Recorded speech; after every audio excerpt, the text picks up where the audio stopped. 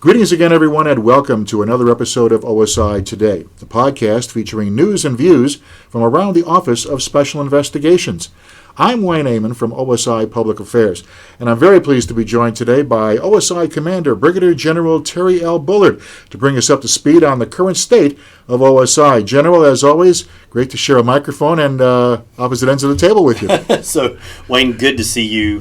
Good to have the time to sit down with you again. I will tell you, to be able to do this after we recently were able to address the command on the state of OSI, and really for me have that opportunity to share with them this almost 4-year journey now, of some of the things that they have been able to accomplish, and use our new platform that allows us to talk more freely with the command, and get into far greater detail than we have on other medium. It was absolutely wonderful. Yeah, and a platform like this one too, sir, with transparency for the external audiences as well. Absolutely, and I think it's so critical, so important to have both of those capabilities, and the two-way capability of that. So the ability for our personnel in the field to come back with real-time questions, and for them to feel comfortable asking some of these questions, as opposed to other mediums where they just weren't able to do that same thing. Sure. So found it as yet another innovation that the PA team and our IT team were able to pull off and put together, and I'm just really excited about what that means for the command in the future. And how we're able to address the entire global span of the command, right. In a far more personal setting than written correspondence or videotaped correspondence. Sure. So it was a lot of fun. Gotta love high tech, right? Gotta love it. Sir, I guess it would be an understatement to say that lots has been happening within the command these last 4 years. Under your watch. Let's begin with one that I know that's near and dear to your heart, and that the hearts of agents throughout the command, and that's the weapons program update. What's the latest on that front? Absolutely. So I'll tell you, I would have almost promised you that before all the growth we experienced in the command, we would have gotten the weapon piece first, right? But it's in navigating the complexities of making this happen for the command. I just marvel at the team's ability to persevere, to push through, to make those justifications. So I was so excited, a while back to be able to announce to the command that we had, finally had the new weapons approved. Those new weapons were the Glock 19 and 26 that allow us a compact and subcompact version of the weapon that gives a lot more versatility for our agent force. Who are not all cut from one cloth, one size. Right. That our mission sets, change depending on any number of factors. So the ability not only to have these two weapons, but to allow agents to qualify on either one or both, I think allows for a great deal of flexibility. So very excited about that. So the latest is the contractor has notified us that they are on task, on time to deliver to the Air Force inventory, which is, of course, where they have to go first. Right. To be delivered before the end of March, which then hopefully we'll be able to see those weapons come out, in around the May-June timeframe. Sure. To start sequentially coming out to. So there's a gradual matriculation process. Absolutely, because as you can imagine, complexity with not only getting the new weapons out to the field, but of course the turn-in of the old weapons, the transition in the qualification and proficiency firing that's going to happen at that same time. Right. The fact that, of course, it can't all be gunshot to the field all at the same time. Certainly we have to consider, units that are overseas and, some of those restrictions. Right. So I imagine that rollout will take some time. But the good news is they are coming into the inventory. I told the team I will jump up and down and celebrate when they tell me that they have hit the Air Force inventory, because then we know it's only a matter of time and distribution before we can finally retire our SIG weapons and get these new weapons into the hands of our agents. certainly at a very unique and trying time, both on the national security front and on the law enforcement. So the good news for the field, it's coming. It's coming. It's coming. It's coming. General, let's move to the OSI Integrated Resiliency Team concept that I know you're very fond of within the command. Let's start with the status of adding more providers to the staff. How is that coming? Absolutely. So I tell you, it's been wonderful to watch this evolve. So if, as Chief Gow and I visit the field, we always talk about the OSI Wonder Woman, if you will, in Doc Swank, right? Right. And now Master Sergeant Dunham, her partner in this, and for the longest time, they've really held down the entire employee assistance program for the command. Yeah.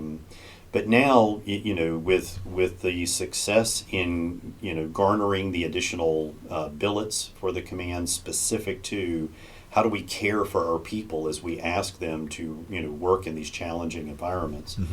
We've been able to now, we have our 2 mental health providers on station, one in Hawaii and one in Germany, who now are going to be able to let us really increase that support in the overseas locations. So incredibly excited about that. Right. We are looking at bringing our provider on probably later in the summer or into the fall of this year into Texas, and having that individual there. Then we're looking at also bringing on 3 new mental health technicians at those 2 overseas locations and pairing with our provider in Texas. So all 3 areas will be well equipped then. Oh, absolutely. Very well equipped. And the command in Doc Swank has been wonderful at this for so many years. But she would say, in a reactive status, having just enough to be able to go out to the most major of issues, the most tragic of events, right. in a reactive posture. And then, of course, being, on call, and I, again, don't know how she's done it for this long, but almost 24/7, 365. Sure. For an entire global command. Yeah. So, to now be able to get these regional providers and mental health technicians in place, the idea is to make that transition, to transition from being reactive to proactive in nature. So envision, if you will, the docs being able to maintain a schedule of getting into visit with the units in their area of responsibility, at least 1, if not 2 times a year, proactively. Yeah. And then being able to, hang out a shingle, if you will, in an office there, and offer up, that, hey, I'm going to have a 30-minute session with everybody here. Right. And totally remove the stigma of, having to proactively seek assistance. But if we all have a time to go in and speak with the provider, and as we tell folks in the field, you can use that 30 minutes to talk about your kids, to talk about your favorite baseball team, There you go. or about something that's troubling you or on your mind. But I think the main point being, if we're all doing it and we begin to make this a routine part of care for our people, then it almost totally eliminates that stigma that we always fight through of being pulled off the line or jeopardizing clearances, things of that nature. Right. And really just maximizes the opportunity for that engagement. And then I think being able to lower the bar on reactive approaches. So as our agents have, certainly we all run into trying cases, difficult cases involving all manner of offense. But now with the ability to engage earlier and more often, even in those cases that we might not have been able to do that before, but we still know have an impact on the unit. Right. So just very excited about what this means for the command in the future and what it means for the health of our folks, not just in execution of the mission, but the fact that when it comes time for them to move to that next chapter, that they do so in a very healthy way and in a very healthy state, because we've taken care of them all along the way, not waiting until the end or only until something breaks. Right. Sir, you really did a great job in that last answer, helping me transition to these next couple of questions. One dealt with, what exactly is the Texas plan, which you did allude to about placing bodies there in Texas, and how the regional coverage throughout the command is progressing, and how does the proactive engagement and reactive response model fit into the overall behavioral sciences model. Yeah, and like I say, I just I love the fact that the command will finally reach a point where we mirror what many other of our law enforcement and national security colleagues have had for a while. And that's really been, certainly my goal. It's been a passion of Chief Byrne Flint, our previous, command chief, Chief Gow, our current command chief. Really, just a central push to make sure that we were able to leave something that would truly take care of our people from the time they walk into the door until the day they, elect to leave. Right. And speaking of folks who take care of people, can you tell us about the new command chaplaincy additions? Absolutely. We have two great chaplains on board, and I know you couldn't be more proud of them helping the folks in the command. Yeah, and so what I love, and you're right, just two heroes in Chaplain Bravender and Chaplain Smithley, right? Yeah, just two wonderful, caring human beings who are, a credit to the officer corps, and a credit to the chaplaincy. But what I think here again, this does something for us that we've never had before, and that is a command chaplaincy program, where when that member of the command, elects to take the spiritual route toward improving their health, that they can do so with a chaplain that is part of the command. And that is not to take away at all from our incredible chaplains who at the wing level, at the MAGCOM level, have historically taken care of us. But we also know for us, in the nature of the business that we do, it is very hard to engage outside of the command. Right. And it's also, difficult when you're talking about, different levels of clearance and things of that nature. Sure. Really being able to get into case specifics that, may be driving, a challenge to spirituality. And to talk to someone who can understand OSIEs, basically. Absolutely. Talking the same language. Absolutely. Yeah. And so, so it's been a lot of fun, to watch that begin to mature and grow. And so really now what we're moving toward is, what we're calling the OSI Integrated Resiliency Team. And what you see there is, of course, the providers and the provider network that we've already discussed. Right. You've got the chaplains who can now pair or independently, engage and help units work through issues.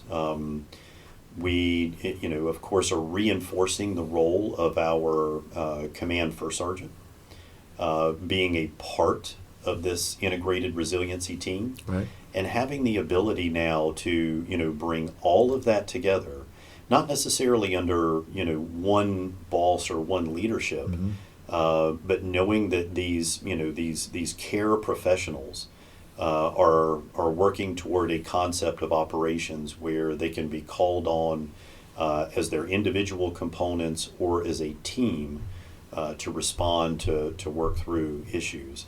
Again, just takes us to a whole new level of how we get to take care of our folks in a mental health sense, a spiritual sense,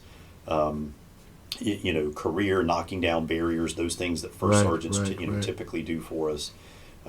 Just any number of ways that we can look at to more holistically take care of these very, very precious people who do this very difficult job. Yeah. And I think we owe that to him, and now we'll be able to deliver that to him just in a much more comprehensive and, as I say, holistic way. Mm-hmm. Another program that OSI can really hang their hat on over the last few years, especially, is DO 300. Yes. I've heard about leadership here saying that one of our, if not our most important weapon system, is our people. They're the ones who make it all happen, and so DO 300 I think goes a long way to facilitating that. Yeah, and so wonderful to launch this program with Chief Byrne Flint very early on in our tenure together. And then for the listeners who may not be familiar with DO 300, if you can in a nutshell kind of explain our Reader's Digest version of what that is exactly. Absolutely. So really, what we saw, and this really harkened back to General David Goldfein, the then Chief of Staff of the Air Force, right, who was very concerned about the suicide rate that he was seeing in the service at the time, and in fact called for a service-wide stand down, and ability for units to stop, really talk through, have that. And as Chief Byrne Flint and I talked at that time, it was, okay, why would we only do this, once? We think this is a great idea, but something not to be structured and provided to the field, but to afford the field the time and allow them to fill it with what their team felt they needed.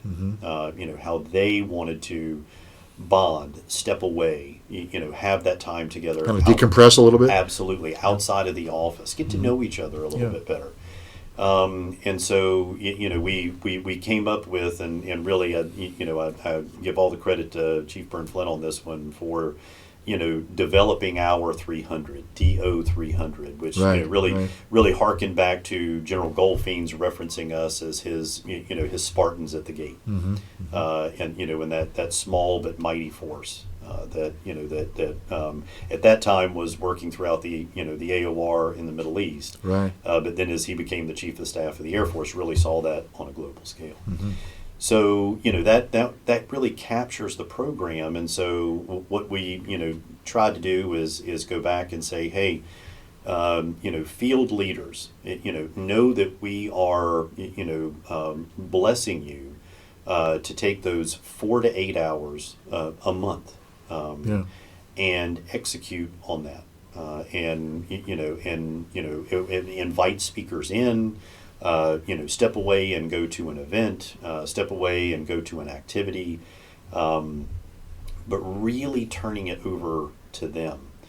And so now, to reach this point, and as Chief Gow and I travel and meet the field, one of the first slides that typically goes up at every detachment visit is, a montage of the, DO 300 events that they've done. Yeah. And, just to demonstrate this is how we're getting out. And we enjoy that because then it gives Chief and I the opportunity to really tell them that this program, we have our OSI Integrated Resiliency Team, really designed for those professionals to come in and work.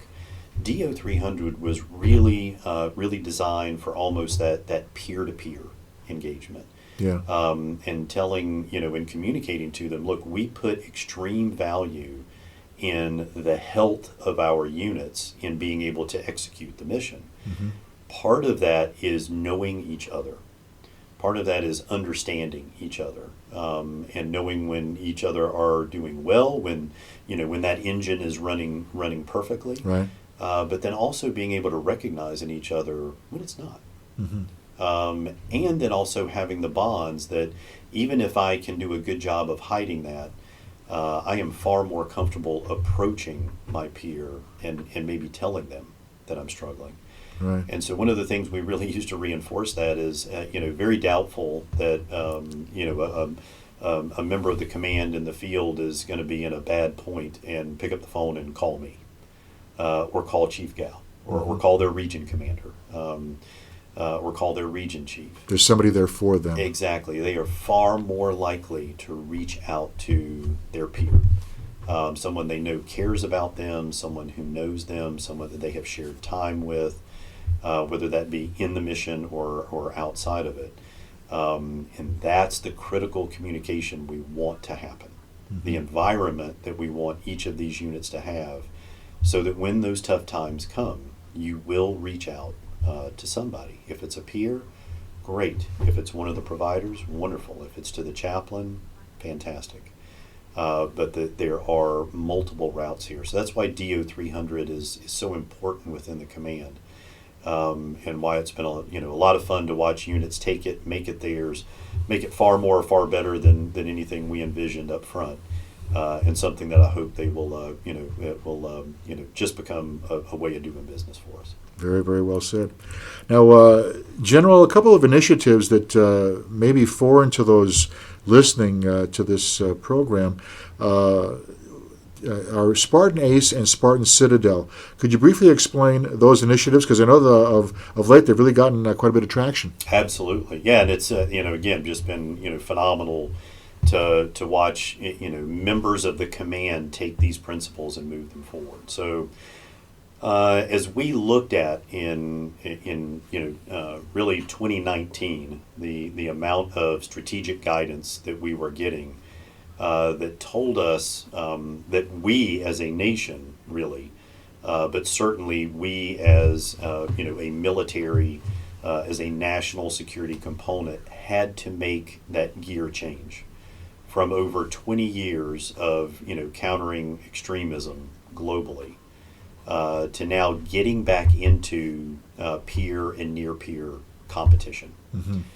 Recognizing the fact that other nations, namely Russia and China, right, had emerged as as principal threats or nations of concern, mm-hmm. But certainly that an ongoing state of competition existed, with them. And nations in the that make up in general the West, let's say. Right. So for us in the command, we knew that we needed to lean into that turn hard. Mm-hmm. And so when you think about the major touch points, as we sat and talked with then Secretary of the Air Force Heather Wilson and General Goldfein, mm-hmm. Chief of Staff. Their concerns, for their, federal law enforcement counterintelligence service, OSI, right, was how are we going to, work to be to counter the threat to our, national security innovation base, our emerging critical technologies, our need to move from traditional acquisition to rapid acquisition. How are we going to build the protection around this, mm-hmm. to make sure we are preserving every bit of that that advantage, right, that we gain from those capabilities, and so that really was captured and became OSI's approach to that technology protection and rapid acquisition in the form of Spartan Citadel. Mm-hmm. And that incorporated, our long-running special projects directorate, right. who have just done incredible work throughout the command's history. It required us to open new detachments in the form of national security detachments to get closer to these areas of innovation, mm-hmm. Emerging tech. Acquisition practice as we were moving to in the force, mm-hmm. So that we could get experienced, agent and analyst personnel closer to those environments and working within them. Right. And then just changing our detachments focus and making sure that they were incorporating in their counterintelligence programs those cleared defense contractors, those innovators that are outside of their base in the environment, and just making sure they knew that we were there, we were aware that, mm-hmm. we were engaged with them, and then coupling all of this together at the OSI Center as the mission managers for this. So that took care of that part of the continuum of competition. Mm-hmm. On the other side of that, of course, is the thing that none of us want, but of course we exist to prepare for, and that is being ready for crisis and conflict. Right. And in General Goldfein's mind, his comment to me at the time was, Terry, I know exactly, what OSI did for us, meaning the Air Force and the Joint Force and the Coalition Force, Yeah. in Iraq and Afghanistan in a counterinsurgency environment. Now, I want you to do that same thing, but I want you to project it globally, and I want you to evolve it into, into this new threat context. And so thinking through that is really how we emerged with Spartan ACE. And that is the complement of the agents who will, marry with those forces that would deploy, and we'll be practicing, how we do that, of course, to get better and better and better. But then it also included the forward positioning of more of our agent force and intelligence specialist force, to make sure that we were partnering at the maximum level possible, that we were truly becoming closer partners with those nations that would find themselves involved in these possible crisis moments, conflict moments. And not only strengthening those partnerships, but to begin to promote interoperability, and to make sure that when and if times get tough, that we already have those relationships. We have already been hopefully engaged with each other for years at that point, know each other at the individual level, and know each other at the agency level. So I tell agents now, don't think about these two programs as two different silos of OSI support. They are actually 2 points on that continuum of competition, where OSI was asked to apply our very unique and special skill set to these problem areas that were plaguing or could plague the Department of the Air Force and the Joint Force and a coalition force in the future. I see. Again, you led very well into that the next question. As far as given all that background, how are things going with the review of the Command Spartan ACE concept of operations? Absolutely. So, one of the things that, of course, that I'm proud of, but then, of course, you've got to compensate for, is we started thinking about Spartan ACE. We started thinking about OSI in the competition, crisis, conflict environment, really in 2019, with some very initial thought process, how we wanted to pursue it, what we wanted to go after, and really went all in with an initial concept of operations, Right. Which was very broad, very basic, but began to capture and start the discussion.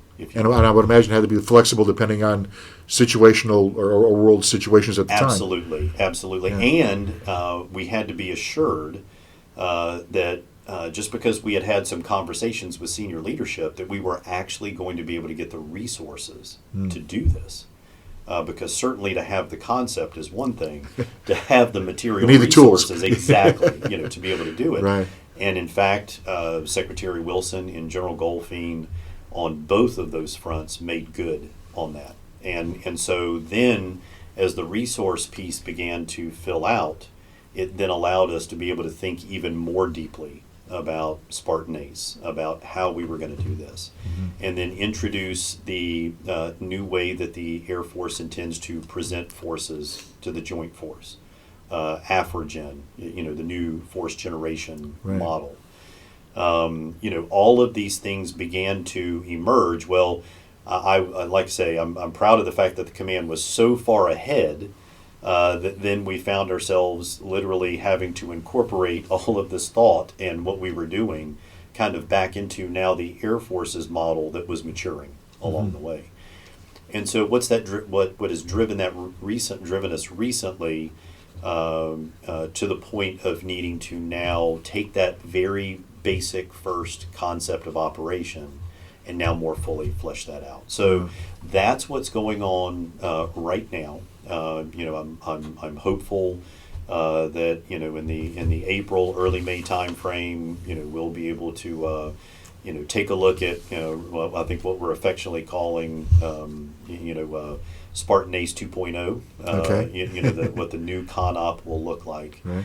That will be so much deeper, so much more richly thought through, have so much more of the nuance added in, and begin to give us something to help us communicate with the rest of the Air Force, and what do we bring to the fight, and how do we see that playing out right now. So lots of things going on around the command informing that. Agents participating with deploying wings. Lots of lessons learned coming back from that. OSI for the really kind of the first time in certainly in recent memory, being included in the Air Force's future games, and fleshing out a couple of concepts there, which are normally preserved for of course big movements and more traditional combat arms. But it brings OSI to the table. It does, and got us into that discussion, and actually helped us validate some concepts that then will then further potential other resourcing discussions, things of that nature. Right. So it just very healthy dialogue, but I think General Brown put it best when he talks about ACE and AFORGEN at the departmental level, at the Air Force level, when he says that this will it will never be finished. It will be iterative. We will continue to evolve it, refine it, and then we will evolve it again and refine that. I see the same thing here, but great to see that the basic legwork is done, the basic foundation is laid, and that will allow the command to flex and be agile as we join the Air Force in evolving and refining those concepts. Once again, great way to lead into the next question, General. How is the OSI Air Force force generation and area of responsibility posturing going? And that really gets to that specific discussion now. And I would say it's going well. And I say it's going well because the right people in the department are talking, meaning we've got a great team here at headquarters who, of course, are informed by our field units on what the initial model in force generation is telling us we would have to do. Right. They are then taking that, of course, realizing that our mission is very unique, that we are based very differently, that being a global agency, we have presence where other capability does not. And so that really fits into that area of responsibility piece of that is now it's really pulling the threads together of how the Air Force will generate forces and how OSI has already postured globally to be ready for that at any time. Sure. And sees itself every day as getting ready. So we've got a lot of work to do in that area. As the Air Force certainly, as I say, evolves and refine their position as well. What I will say is I love the fact that the team here at headquarters, informed by the field, is talking to the right elements within the Air Force operations community to get us to an absolutely healthy place. Very well said. Sir, you're talking about, I think you mentioned the word threads before. What's in store for one of the threads, meaning the insider threat and behavioral threat assessment teams? That I know is a very, very high on the priority list within OSI. Absolutely. And so another one of these areas where we've talked about, the evolution of the command, if you will, was in parallel with this new strategic, national security strategy, national defense strategy, in the 2018-2019 timeframe that then of course has been evolved into a newer version that we have now, is the ongoing evolution of law enforcement. Federal law enforcement, law enforcement as it's practiced writ large. I would say not only in the United States but globally.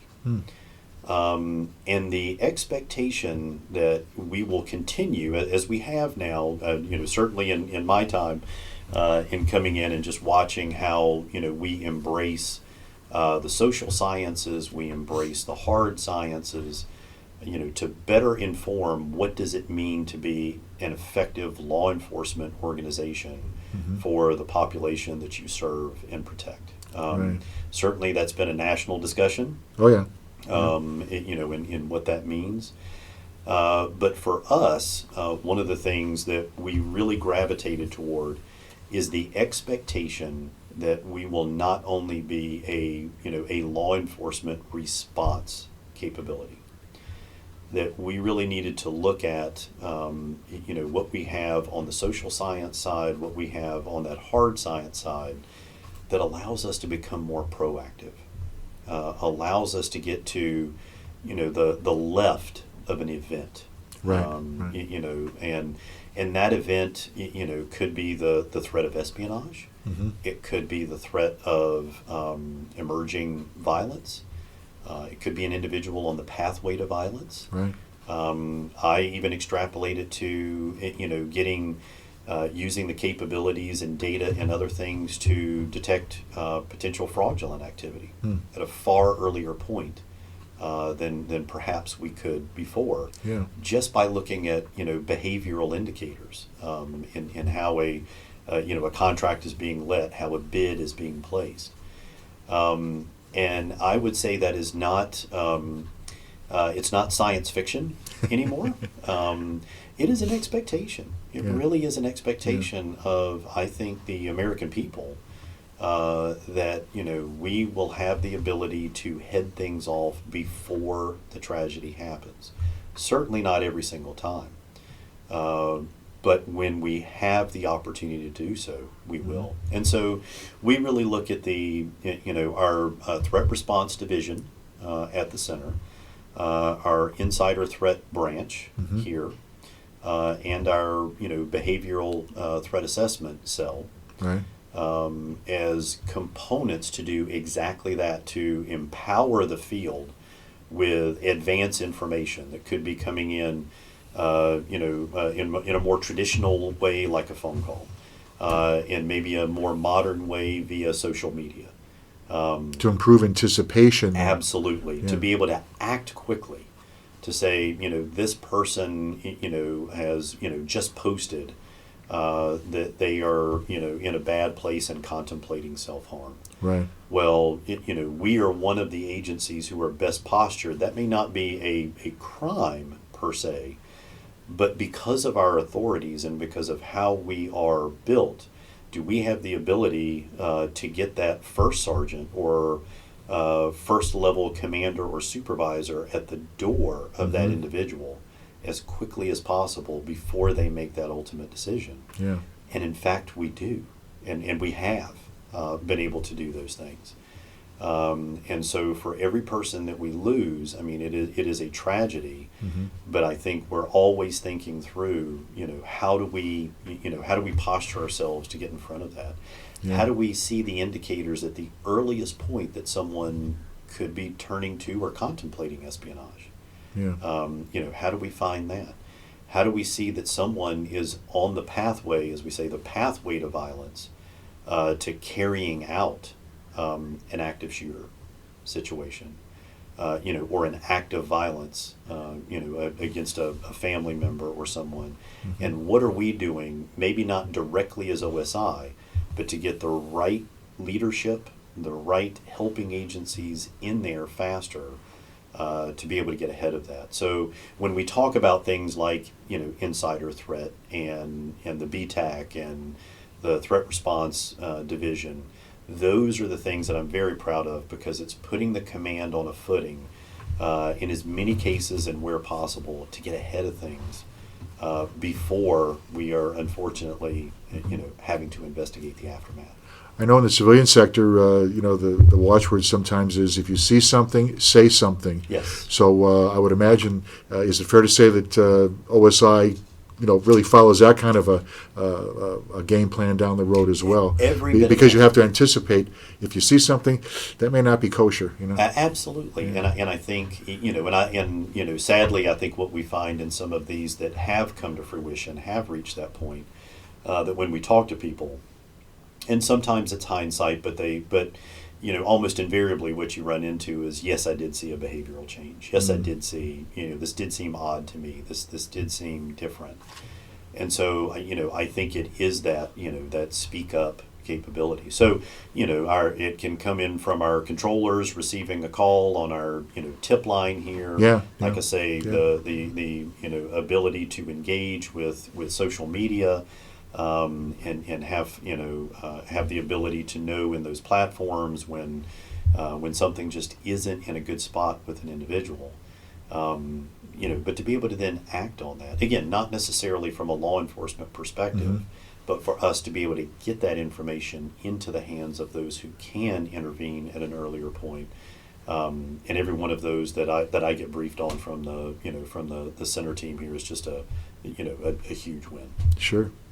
Now, General, how well is OSI meshing with the Department of the Air Force by following its lines of effort to reach objectives? Absolutely. So I will tell you, in our, so that 2019, real realization that we had to make that turn, that we had to evolve. And we've always argued we have to evolve ahead of the Air Force. We have to be there when the Air Force gets there. Right.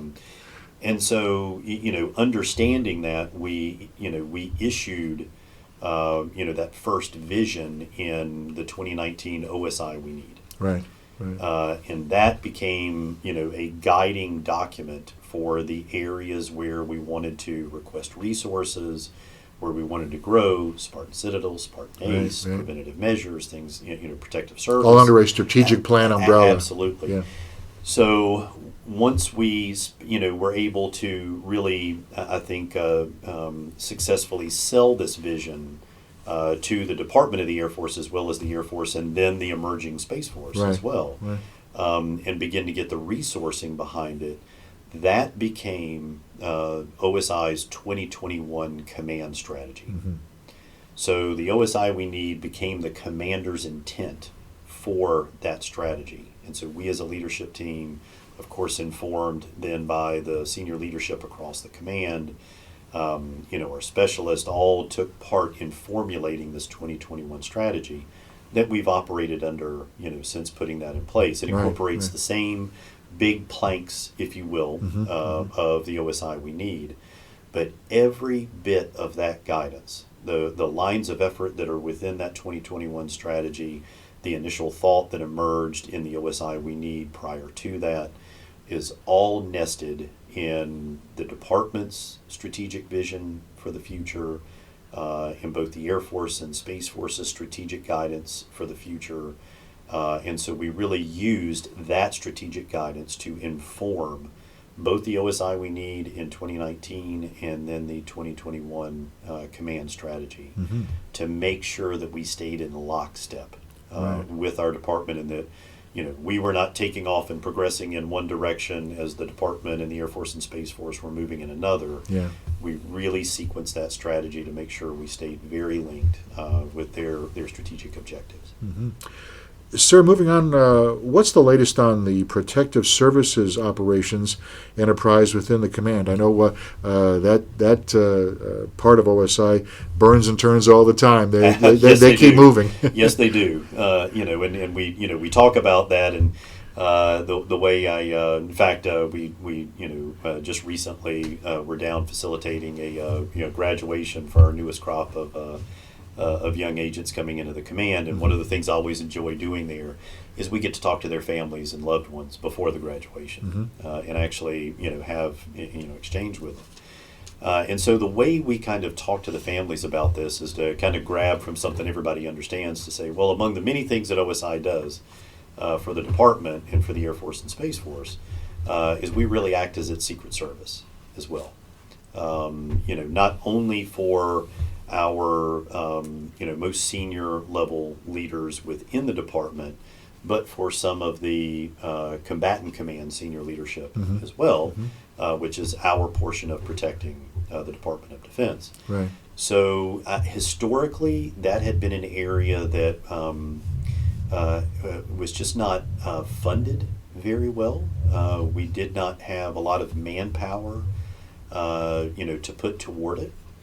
and we weren't using a team composition approach that some of our other fellow MCIOs were using, of not only OSI agents, but security forces personnel as well.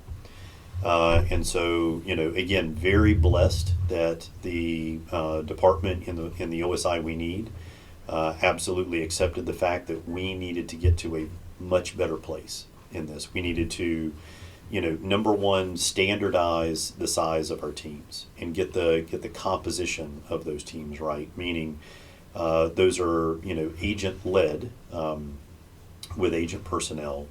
But then the majority of those ranks are made out by security forces defenders who are assigned to us and that we train for that tour, and are just exceptional, just absolutely a major wonderful partnership partners. there. Yes, I mean a huge point of, I think, of pride for OSI and security forces, and how we come together, form a team to do a very important, very critical job. And so, getting the appropriate billing and manpower to make that happen was critical. The second step was unifying these details under one single leadership team.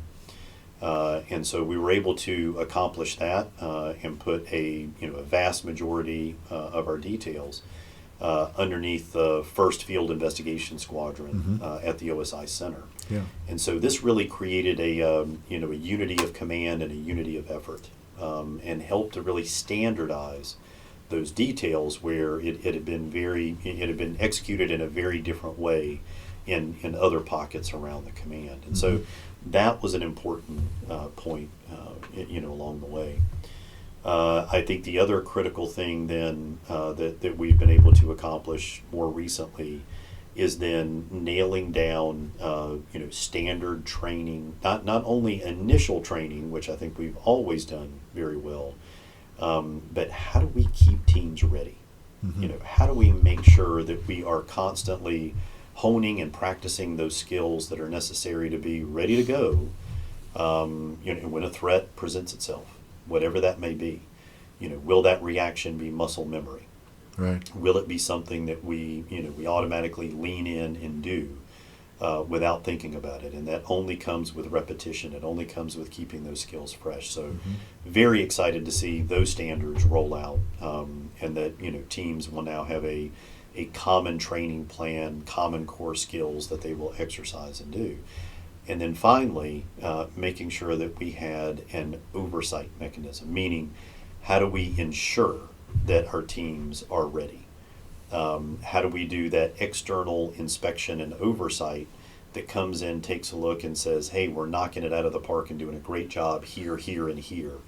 But we noted some areas of improvement, and here's where we would like your training to be a little more in-depth going forward. This is an area that this particular team needs to work on. So just got that codified, just starting to move that into instruction, and so we'll deliver that to the squadron, who will then be able to execute that and do that as well. So just to see where we've come since 2019 and what those details are doing now from a resourcing perspective, to moving under one leadership chain, and now being able to turn to future OSI commanders, future OSI center commanders, and say, we can tell you that these teams are ready to perform when and if the time comes.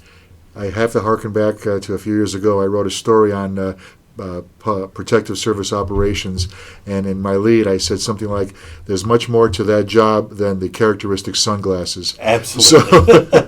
So much more. So thank you for bringing all those details to light, General. Yeah. Now, next up, how about OSI Records, Investigations, and Operations Network, also known as Orion? I know that a lot of moving parts involved in that initiative as well. Yes. So this has been, another one of those, much like the weapons, I would classify as a long labor of love, and that is that need to finally graduate from our current case management system, the I2MS system, to a new case management system that afforded a lot more opportunity for capability, for efficiency. And so that was really the starting point. I would say the idea being born for Orion. And so incredibly proud of how the team took to this, researched, really looked at how other programs had been successful in case management, other programs had not been successful and failed. In finding the right platform to develop it on, the right way to do that would allow us to be agile and move quickly in those improvements. And so it's just been phenomenal to see the talent in this command and the talent that we were able to partner with to bring ourselves to the point now that we have a system ready to go. I will tell you, it was also a lesson in how to then navigate the bureaucracy in place to make sure that something can reside on networks, that it is approved, that we go through those areas. And so while we've had that minimal viable product ready to go for a while, it's really been navigating the things to get it onto the network, to get it into the cloud. In this case, Cloud One, and have it ready to go. So we finally reached that point. We finally got through and got our ATO, our authority to operate. And so now we stand at the point of, as we're pulling the string on some final data sets that will feed the case management system, we're ready to put it in the hands of some agents and take it for a test drive. So Region 1, our Air Force Materiel Command wing has stepped up and said they were willing to take the charge and take it on. So right now we are scheduled for March 6th, a rollout. Very good.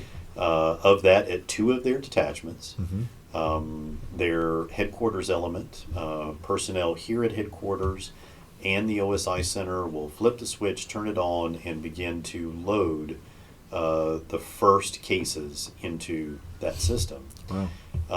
And then what I'm really excited about is, of course, knowing that we didn't get it exactly right, is that the agents will take it and take it for a test bin. And they will then come back and tell us, well, hey, can we change this? Can we move this around?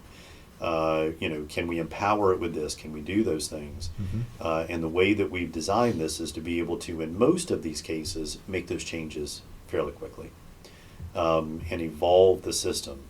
And then if we're doing well at that point and a couple of these data sets fall into the system, then we will open it up to a few more units within Region 1 and then get on an every 2-week schedule. Again, obtaining feedback all the way, beginning to understand the system better and better. But here's what I'm really excited about, Wayne, is that we're developing Orion. Security Forces has come in and decided that they are going to join the effort and build a parallel system, which is actually ongoing now, that mirrors Orion, but of course is built to their specifications, their capability.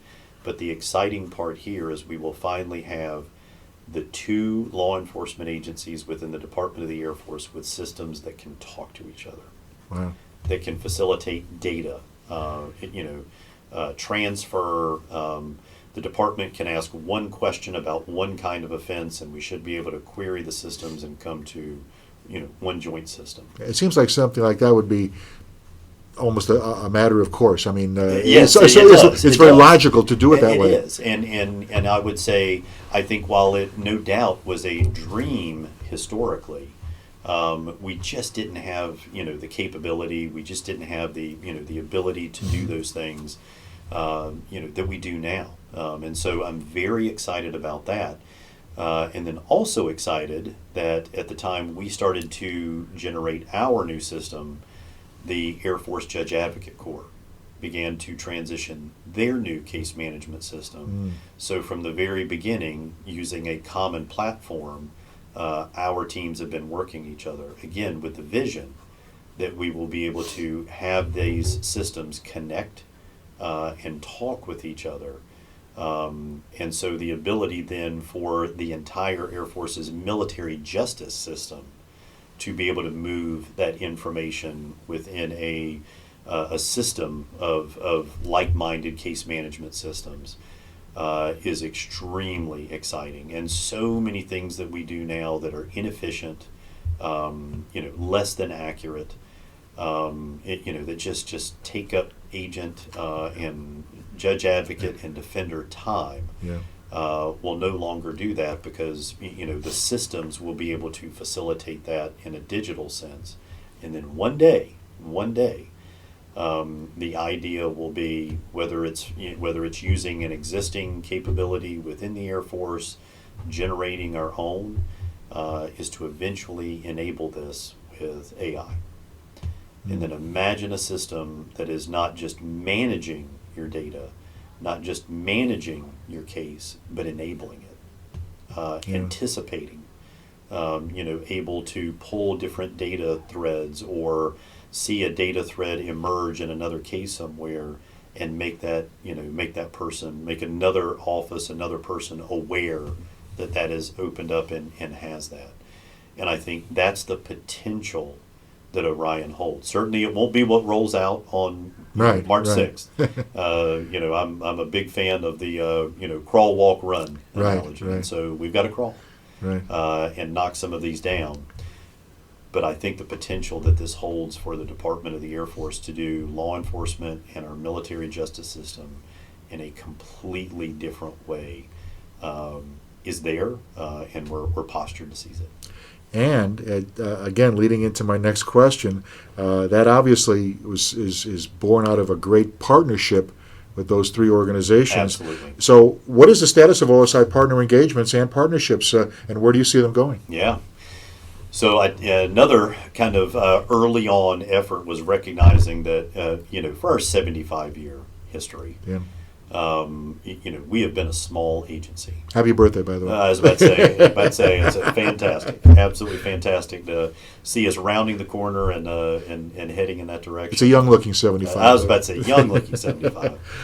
Many more to come. But plenty of partnerships within those years. And that's it. And I think from our earliest point, it has been in the organization's DNA that because we are small, we are stretched globally, our supported population is on base and off base, not only in garrison and continental United States environments, but overseas as well, that it was only natural that we would have to partner. And so we've grown up that way. And I certainly have within the organization. My earliest cases were with the jointly off base with the Kern County Sheriff's Office. And doing that doing that type of work and being a part of the greater law enforcement environment and family. And then certainly that same side within the intelligence community, working with our counterparts in that area. And then of course overseas. How exciting it always was for me as a detachment commander in the UK to work cases with local constabularies and with national level entities there in the UK. It was just absolutely wonderful. But I think recognizing that while we were great at seizing on those relationships in a local context, where we needed to get to for the future was really taking those partnerships to a truly strategic level for the command, truly marrying up our relationships to operational opportunities, not just in those local contexts, but globally. And being able to utilize a great relationship that we have in Europe to benefit Air Force operations in the Pacific.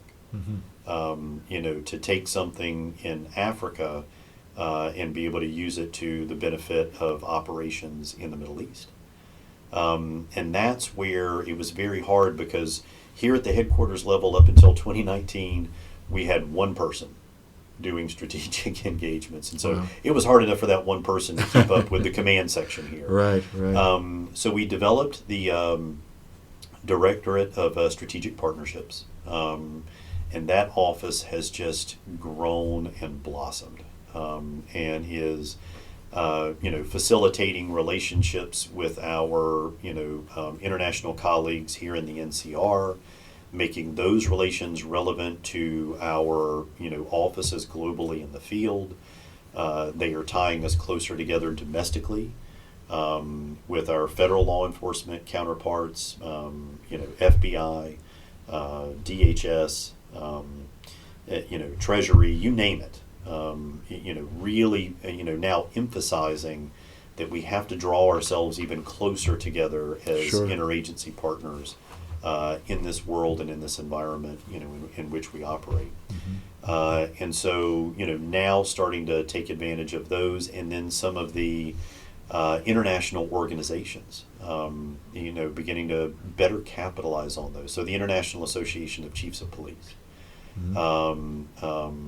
Interpol, places where we've had touch points, we've had great, sparks of success. Right. But not just routinely plugged in with personnel based there, stationed there, constantly engaging and working. And so that's what the Strategic Partnership, Directorate is now, taking us to, and is now allowing us to connect those relationships, both established and emerging, with operational needs, at an early point. And really allowing us to, exponentially increase the chances those things are going to be successful. Right. Now, staying on that big picture scenario, sir, how is OSI developing in concert with Department of the Air Force, I should say, overall efforts and vision? And I think back to, back to our previous discussion. I'm watching the Air Force do exactly some of the same things. So we talk about the criticality of partners and allies and interoperability. We talk about increasing efficiency and effectiveness. To take on challenges. And we talk about taking care of our people. And thinking about new ways that we do talent management, and respect and care for, the force that we have. Just all of these touch points that we are working through as a command, I am watching the department and the Air Force and the Space Force work through the same issues. Must be gratifying. OSI is leading the way on these. Well, and it is. Yeah. It's it's absolutely wonderful. And I think as senior leaders, it's also reinforcing that we're not going in the wrong direction, right? That we've made good, sound decisions because we've invested blood, sweat, tears, resource dollars, personnel into some of these ventures. Right. And so you always lean into those, with a good sense of confidence, but always wondering what the next year, what the next 2 years will bring. So to see us in lockstep, with those we are, charged to protect and serve, it's really gratifying. Very good. Sir, what's the latest on developing and distributing OSI intelligence specialists in the command? Getting a little bit more specifically for that area now. Absolutely. So, and I'll tell you, this has been another area where, starting in 2019, we just realized our intelligence specialists who provide the critical analysis behind what we do in all of our mission sets. We're just not as robustly manned as we needed, and those few incredibly talented people we had were given it all they had, and leaving a lot that they would still want to do. And so one of the things we made a very concerted effort in applying in the OSI we need, and then to the 2021 strategy, was really the growth and refinement of our intelligence specialist corps. Not just in size, but in beginning to think through, how do we develop our intelligence specialist? How do I bring a young intelligence specialist into the command, and how do she or he see themselves after 15, 20 years with the organization? Do they see a point that they can rise to, a level of subject matter expertise that they want to achieve? And do they also see variety within their career? Do they see the opportunity to not only serve at headquarters, but in the field, perhaps on an outside assignment, with an international partner, international organization, and then back again? How do we grow these individuals that we're blessed to have? And so we really focused on that, and then all of us growing up. I think most of the senior leadership and mid-level leadership in the command growing up in the Middle East, in Iraq and Afghanistan, where we were blessed with intelligence specialists at the most tactical level. And so all of us were informed by that to show just how much they enable an operation, or enable, the agency's ability to get at things at the strategic level, at the operational level, at the tactical level. And so very consciously deciding that with this growth would not be a hoarding of that capability at the headquarters and OSI center level. But kind of share the wealth a little bit. Absolutely, and pushing that capability out to the regions to more robustly round out their staffs, moving those out to those national security detachments that we talked about under Spartan Citadel, getting those intelligence specialists into those ecosystems to then work side by side with the agent force, to generate better pictures. And then thinking about when we established L&O's liaison officers with agencies, why did those always have to be agents, whether military or civilian? Sometimes it's our intelligence specialist. We're actually the better L&O to that organization, because of what we're looking to achieve there, what we're looking to get from that partnership. So that really drove, I think, is to finally be able to decentralize that analytical capability, which then, of course, created those paths for a variety of experiences to eventually grow those senior intelligence specialists who will then occupy the highest positions within the command one day. Wow. Very valuable people, no doubt about that. Yes. I'd like to combine the next couple of questions, if I can, sir. Under the umbrella of the OSI Future Cell and its focus, how has OSI Lessons Learned, or the L2 office, contributed to the command's focus, and how does the command efficiency officer work in concert with that L2 mission? Absolutely. So three great initiatives that I hope will just continue along their way. But they do work in concert with each other. They do. Are naturally complementary to each other, but then also strive in their own areas and own right as well. With the Futures Cell, we were really looking for a place where we could build a capability for a cadre of thinkers to be not considering tomorrow, not considering next year, maybe not even considering 2 years from now, but thinking about where we need to be in 5 years, where we need to be in 10 years. What is the policy, the emerging policy, doctrine, technology that might inform what that looks like 5 to 10 years down the road. And so that capability, kind of the first project, if you will, was the evolution of the Spartan Ace ConOp 2.0. Because very fledgling, very small right now. In our lessons learned directorate, so much rigor and discipline brought to something that the command has really tried to work and to have and to establish, and was the vision of several very thoughtful leaders along the way. But now we see that maturing, and again becomes very important in collecting the lessons learned. And again, going back to that Spartan Ace example of getting the after action reports and pulling those things together, that then informs, okay, well, here's what we think is happening in the field. What is actually happening in the field? And how do we use those lessons to improve the next time we go to improve the concept of operations? Right. And then finally is the command's efficiency effort. And this is really forward-looking, but also looking at today, and looking at how are we doing business now, and how do we do it better. How do we do it faster? How do we return, hours in a day to the workforce to be able to, apply to the core mission area, and perhaps not to tasks that are distracting, Right. or programs that are redundant, or in some cases, stopping doing things.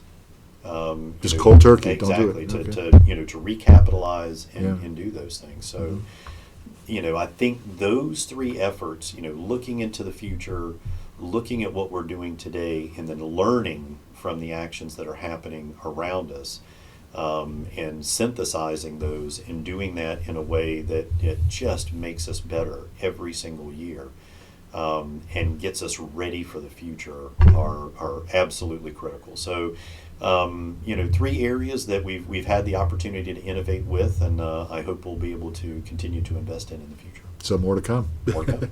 Sir, speaking of improvements and improving our folks, what exactly is the headquarters level program manager course? So I tell you, this is one area that we took a look at, and an area that I think future leaders, future senior leadership teams will definitely look at is how do we prepare our force to come from the field to headquarters to become program managers. And oftentimes in the past, that just included bringing somebody in and saying, "Here's your desk, here's your chair, here's your program binder, go."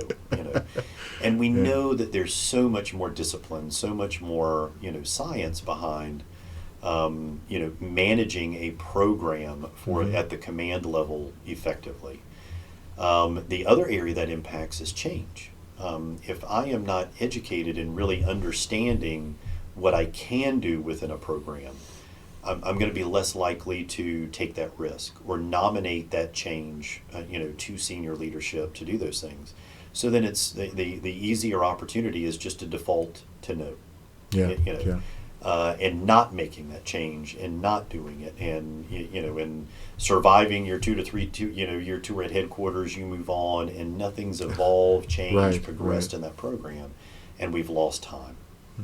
And so this is really our first effort, and it's evolving with each course that's being run, but it's the command's first internal effort to thoughtfully invest in those individuals who are here now running programs, or ideally are tapped to come in to run programs, to really give them that head start and really give them that basis for how to run a program in the midst of change. And boy, have we had a lot of that. And I anticipate more, no doubt, based on the times in which we live, and battle rhythms speeding up, and the need to evolve even quicker. So we've got to make sure we're giving our folks the tools, to manage programs not only for today, but to manage them for tomorrow as well. There you go. General, fraud has always been a major crime target on OSI's radar. How is the Installation Fraud Working Group contributing to combat fraud? So it's been a lot of fun to watch this idea that came about, which was the department's need to really kind of take the base level, OSI who may be working to investigate that fraud, contracting entities who, of course, are letting and monitoring those contracts under which we might not be getting what we're paying for. Sure. Civil engineers who are doing the inspections on things that we're working through that might be the first to find or pinpoint fraud. And then, of course, the legal component, those folks who are telling us, okay, what is within bounds, what is outside of bounds, what do we have? For years we had just been, as a command from an OSI perspective, we were just marching to the charge of we want more fraud, we want more fraud, we want more fraud, and not incorporating the other parts of the Air Force at the installation level all the way up through, the most senior levels, to say that this is really a team sport. It's not an individual effort. And so we established the Installation Fraud Working Group with several of the key partners at the departmental level to start facilitating those quarterly meetings of these entities to talk about ongoing issues, to use it as an educational opportunity, of course, a networking opportunity to understand each other better, all with the design of being able to, detect fraud, not just at the point of investigating it, but really at the point of trying to get at it, again, getting to the, preventative piece of, intervening at the earliest point. And sometimes it's just by having the right people in the room that we, make those connections and do those things. Wow. So we've invested time at the installation level. We as OSI took on the leadership role of that for the TAF. And then each individual region and each of their subordinate squadrons and detachments took on the responsibility of having those meetings on a quarterly basis, bringing those teams together in hopes that we can better educate, build better and stronger base level relationships that ultimately will lead to identifying more potential fraud or outright fraud occurring at that level. All righty. Moving to the Joint Base Enforcement Team, what's new on the JBET front? Yeah, so we've been up and running. We've had, JBET 1.0, as we've been calling it for a while.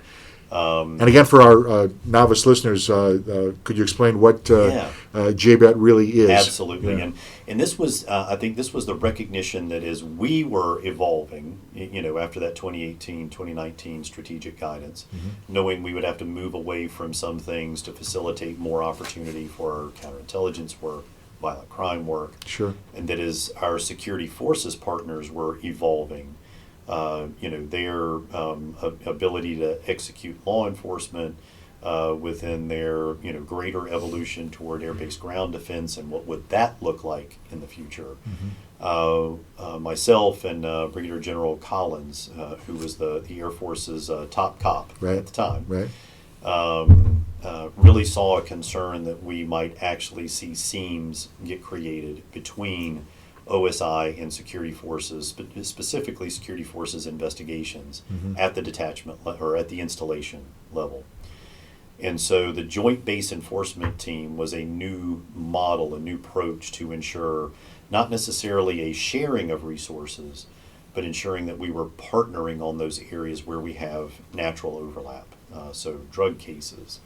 At that time, entitlement fraud issues, pay and allowance issues, things of that nature, where sometimes it could be security forces, sometimes it could be OSI, but how do we make sure there's no seam that it completely falls through and no one is addressing it? I see. So that was the nexus point. So we launched that, we ran it, the field gave us great feedback that has allowed us to evolve it now. So on the drug front, we're really kind of focusing on those drugs that, can be especially deadly to the force. And, where that OSI resourcing is needed. Operational activity in the narcotics world, which is really what we bring, to that total fight. Right. And allowing security forces to work, more of the possession issues, more of those who are found to be users of the drugs. And really focusing on that area.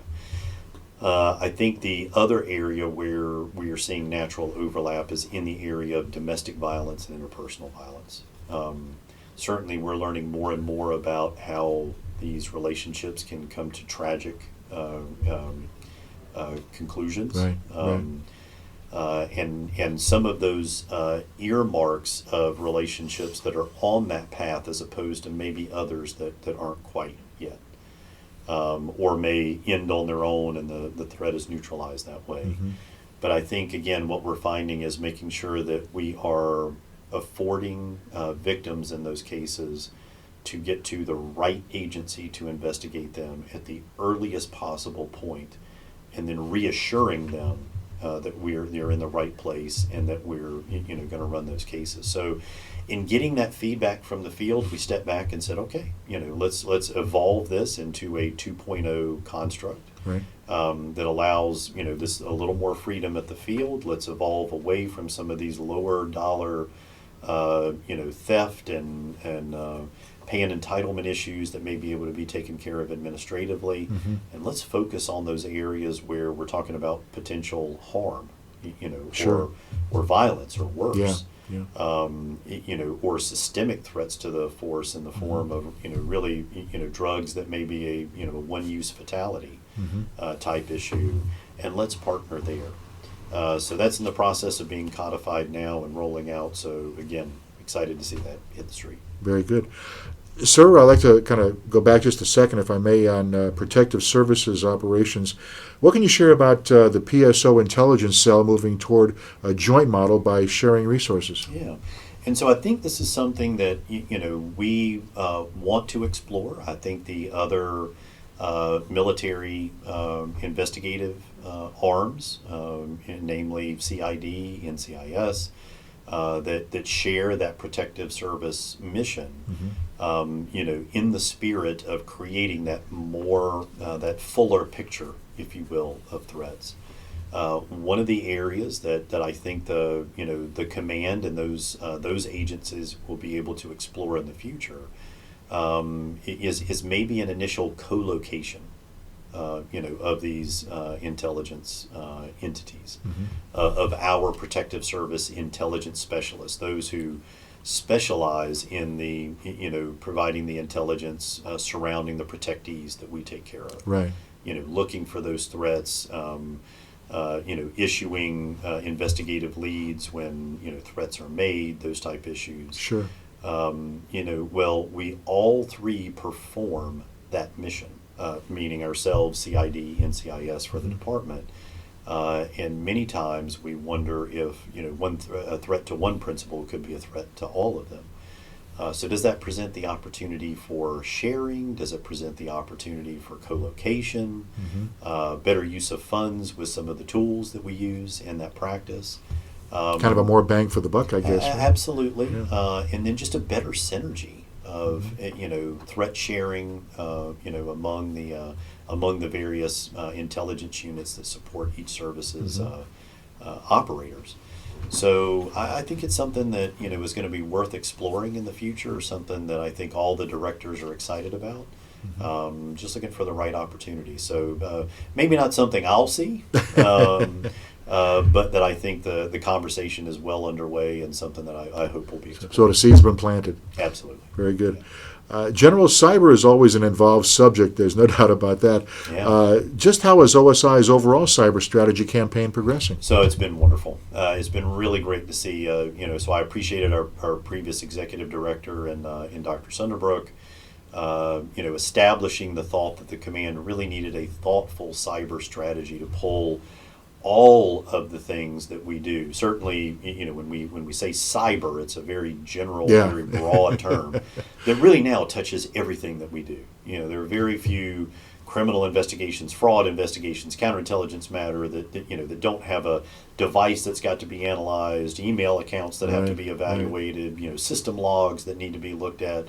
We laugh now. We find ourselves not only in interrogating doorbell cameras, but refrigerators and cars and any number of things that have computing capability. So, but then we're also operating in this space, and have been for a long time, exercising those law enforcement authorities, counterintelligence authorities in the cyber domain. And so while we had these, capabilities to forensically complement investigative activity, our digital forensic consultants are folks who, focus on, high-tech crimes. We were also looking at crimes committed in cyberspace, or, defending ourselves against adversaries in cyberspace, which, of course, is every other headline, it seems, every other day, is another intrusion, and is that done for national security purposes? Is it done for criminal purposes? All of that falls within our bailiwick. So we really needed a comprehensive strategy that was capturing all of these points, making sure that we were progressing and developing each of those points and evolving those points to keep them relevant.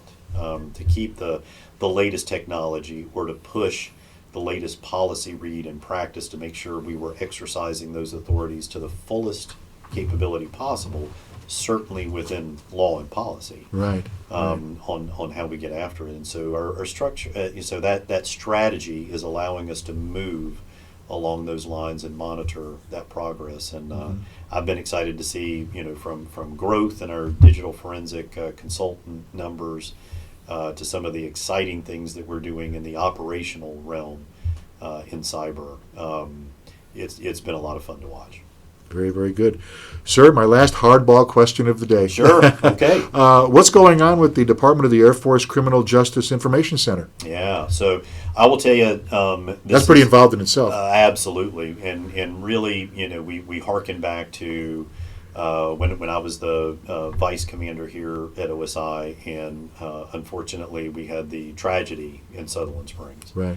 The mass shooting there that was, of course, heartbreaking for everybody. But to learn that the Department of the Air Force and the law enforcement entities within the department had not indexed correctly, that individual with their appropriate criminal history and points was just, really real tragic. Mm-hmm. And so,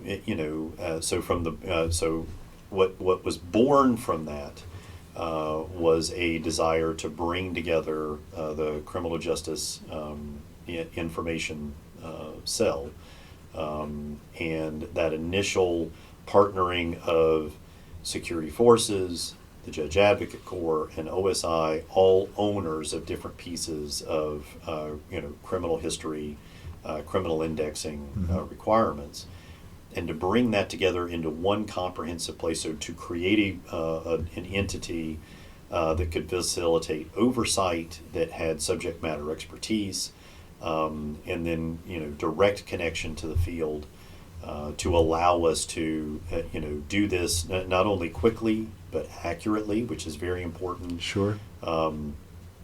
And to get it right, and then to have a corrective mechanism maybe when we haven't gotten it quite right. Mm-hmm. And so we made our initial steps at that. Well, that has grown. It has taken on capability. Now we have complementary technologies like our digital fingerprinting stations, the emergence of Orion, and the additional ability to have oversight, down into field activity. In nearly real-time capability, has really brought us to a point where it's time to evolve the DAP CJIC. And again, I know I keep throwing 2.0 around, but that's another kind of saying that we've got is taking the CJIC to that 2.0 level. Realizing now that we've got we've got the personnel in the build out of this capability. We've had time to critique the current organizational structure and make recommendations on how we can evolve that structure and make it better. Mm-hmm. And we are sitting on the verge of, like I say, this critical technology and these various case management systems that stand to marry all of those same stakeholders. In a data sense, that are also the main stakeholders in criminal histories and indexing. Mm-hmm. And so, again, that's really brought us to the point where right now we are talking and maneuvering through what the CJIC will look like in the future, from the leadership level down to how we support all of these entities, how information comes in, how we engage with the field. How we make changes, how we, expunge. And so again, the time is right, to capitalize on all of these gains and move it there. And then I think the other important part is tying the field more closely and directly to it. Is getting that connection from the tactical level right to the CJIC, and the ability to have a conversation in a very timely, direct way, having access to the subject matter expertise that resides there, coupled with our specialists in the field who, are there to, index and look at that and look at the facts surrounding each individual case. And that's a powerful combination to make sure that we're getting it right. And and no longer, catching up with the rest of law enforcement across the nation in this area, but actually beginning to lead the way. So stay tuned. It sounds like the best is yet to come. Absolutely. A lot of great things on the horizon, a lot of things to be excited about. General, before we wrap up, is there anything else you'd like to add as you enter the home stretch of your tenure as OSI Commander? Yeah. So I tell you, it has been the honor of a lifetime to start in an organization. As a second lieutenant at Edwards Air Force Base in California in 1993, and enjoy a career. And admittedly, I'm biased, but in one of, if not the finest organization, and I will say it, on the planet.